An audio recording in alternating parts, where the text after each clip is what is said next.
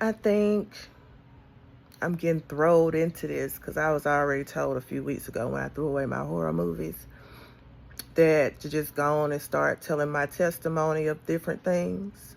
So I guess I'm going to start today. My name is Shanika and I have a testimony. We're going to do it in a lot of portions because I don't know how long TikTok or any of these social medias will let me talk. So, of what I can honestly remember, all I can tell you is when I was younger, I went through hell and back.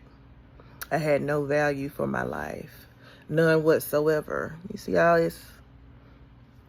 Mind you, these was here when I was younger. I started cutting myself when I was 11 years old.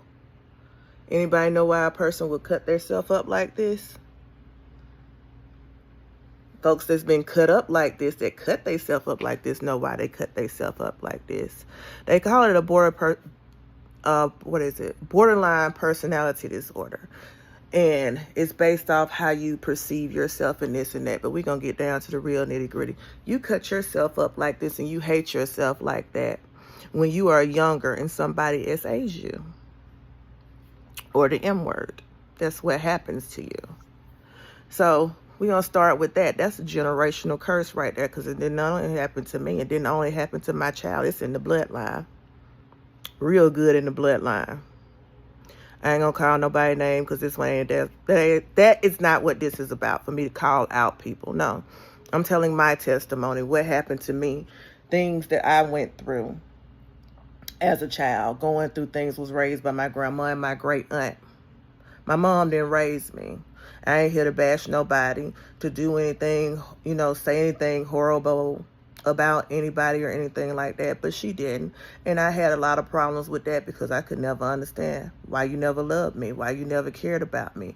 But my grandma and my great aunt cared about me and they loved me. And my great aunt raised me in the Bible. The first thing she taught me was the 23rd Psalm and the Lord's Prayer. I've always had faith and was always from a background of knowing who the Lord was and knowing who Jesus was.